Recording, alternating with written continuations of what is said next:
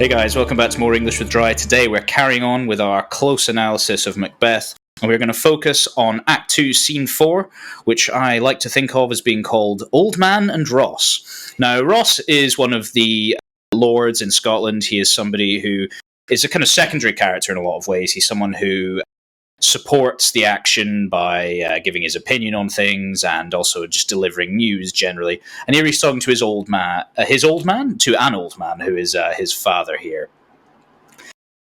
Now the scene is interesting because it's taken place exactly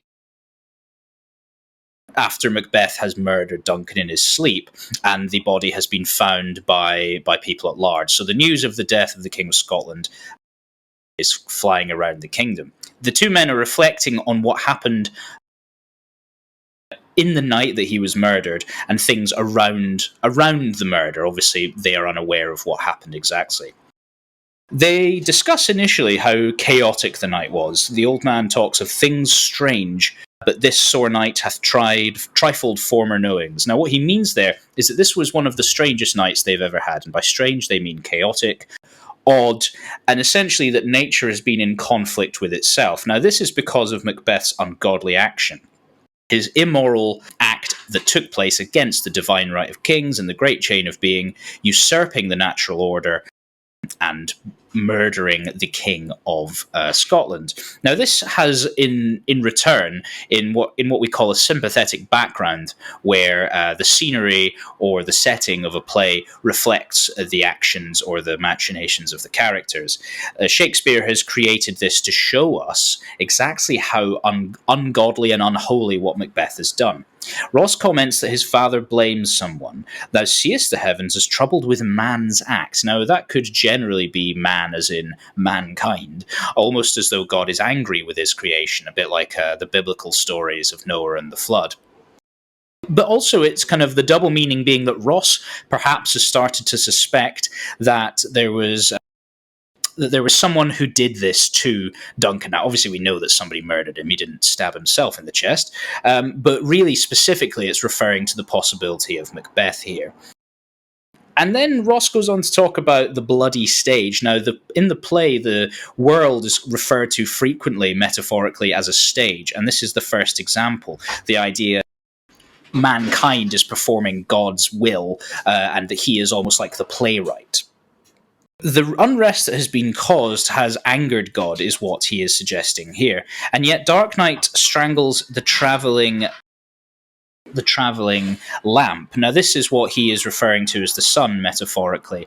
And then he talks about how darkness does the face of earth entomb when living light should kiss it. This references the background of darkness that encompasses most of the play from this point onwards. It reflects the fact that actually most of the play from now on takes place pretty much in the pitch black.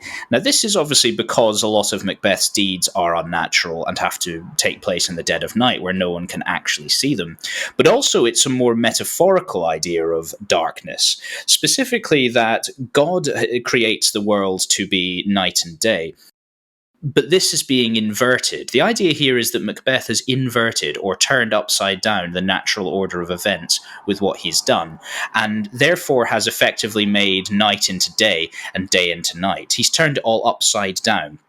Now, this is something that the old man mentions here. "'Tis unnatural" is the first thing he says. And it's this idea of nature that becomes an even bigger theme.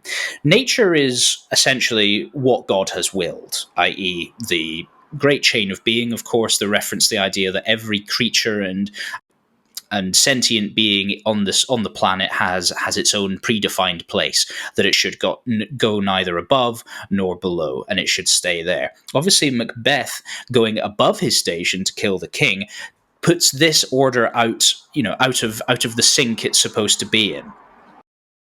And that is why that this unnatural deed ruins the natural order of things. It is no longer what God intended.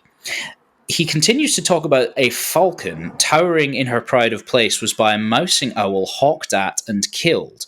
Now, this implies that the mousing owl, which is a kind of small bird, which you can tell from its name, usually hunts mice, is killed by a falcon. Now, falcon is very much one of the birds at the top of the food chain. And the fact that the smaller, weaker bird is the one killing the stronger one is reflective of the chaos that is taking place in what Macbeth has done. He is the mousing owl here. He is, and Duncan is the falcon. He has hawked at or attacked, as the word is, somebody who usually he should not have anything to do with. Somebody or somebody who he should not usually be superior to. And of course, the idea is that Macbeth actually murdered him in a very underhand way and in a cowardly way. The idea being that that's the only way that somebody like Macbeth could defeat somebody stronger than him. But this is mirrored what Macbeth has done in the animal kingdom, which has, to reuse the word, descended into chaos.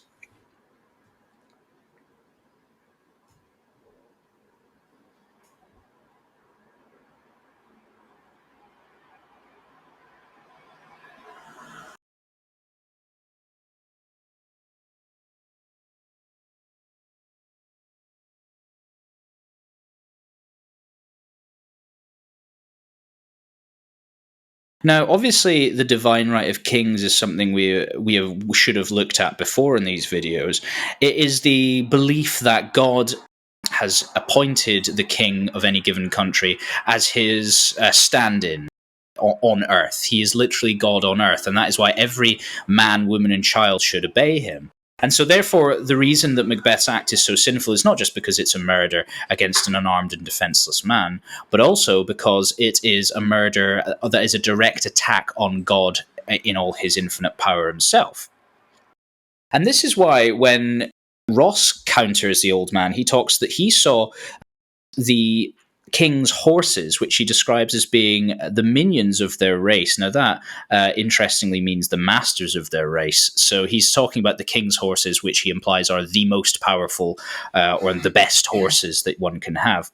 And he said that they are contending against obedient as they would make war with mankind. Obviously, the double meaning of the word minion is someone who is to serve, and that is what horses do. They are man's great servants, or at least at this time they certainly were. They were responsible for carrying and pulling and transporting. They were, the cars and machines of the 21st century. They have turned against their masters in a way very reflective of what Macbeth does. And then the old man comments, "'Tis said they eat each other." Now, this is a kind of idea that they're turning against themselves, mirroring Macbeth's own action. Man is turning on his fellow man. Macbeth is often described as being Duncan's kinsman. And so, therefore, it's a sense that Macbeth has done something not only against somebody who should be his better and his master, but also somebody who is almost like a brother to him in another sense. Ross then is interrupted, or rather they are met by Macduff, who has joined them. Ross says, "Is it known who did this more than bloody deed? The identity of Duncan's murders is still a mystery." Now, Macduff is the character in the play who, even from the word go, from the beginning, seems to suspect Macbeth. He is somebody who does that instantly. Macduff comments that it was those that Macbeth hath slain that were the murderers, i.e. the attendants, the servants, or the guards who were waiting in Duncan's chambers or outside them. And they were the ones that Lady Macbeth, of course, drugged and then covered in blood. And before they could be questioned, Macbeth killed them. He framed them effectively. But the kind of thought is that they couldn't have done this alone. These men would have been simple guards. It's unlikely that they would have done this themselves for any particular reason. And so Macduff comments that they were suborned, which means that they were paid to do it or manipulated into doing it, or basically doing it for the benefit of someone else. He comments that Malcolm and Donald Bane, the king's two sons, are stolen away and fled, which puts upon them suspicion of the deed. Now, if you recall from Act 2, Scene 3, they make the decision to flee because they quite rightly suspect that they would be killed next. Clearly, if somebody's power-hungry and after the throne enough to kill Duncan, they would see no issue in killing them too, which is why they escape, Malcolm to England and Donalbain to Ireland. So therefore, Macduff is implying here that he doesn't necessarily believe that actually it was them that did it. He knows it was someone more powerful than them. Ross comments that it is against nature, which is indeed exactly what we have been commenting the whole time. This is kind of him summarizing the discussion he's been having with his father in a nutshell.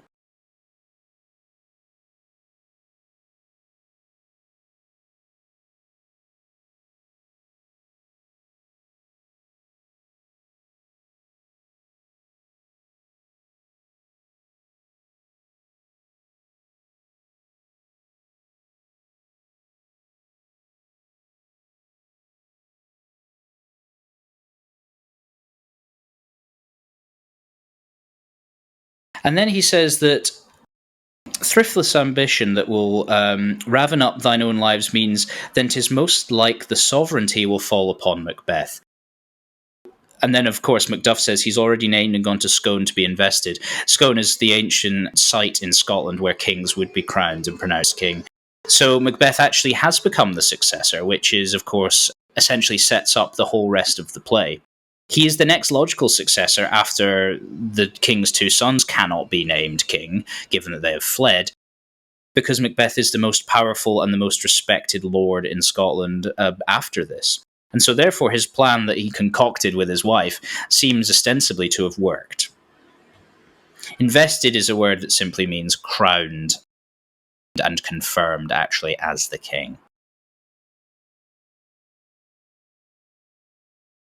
And at this point, he says, Macduff comments on that Duncan's body is being carried to burial ground of his predecessors, the place where his fathers and grandfathers are buried also.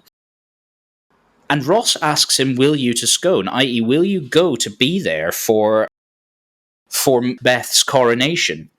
And Macduff says, no, cousin, I'll to Fife. And this is quite a deliberate move. This is quite sort of a powerful statement.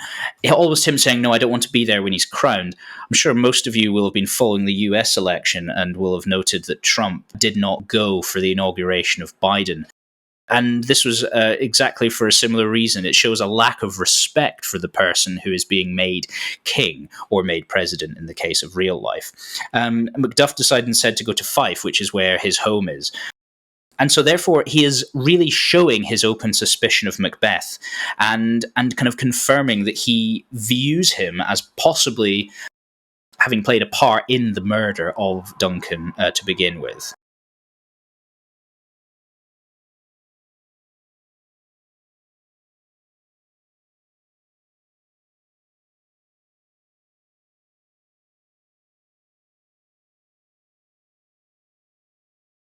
It's defiance is what it is. It is a truly defiant action of the king, of the new king Macbeth, and a rejection of his power and sovereignty over them. And this is why he becomes Macbeth's nemesis as the play goes on, and why they have a sort of final showdown against one another. I hope you found this video helpful. Make sure you stay tuned for more videos on Macbeth and other aspects of the GCSE curriculum. Like and subscribe to the channel. Goodbye.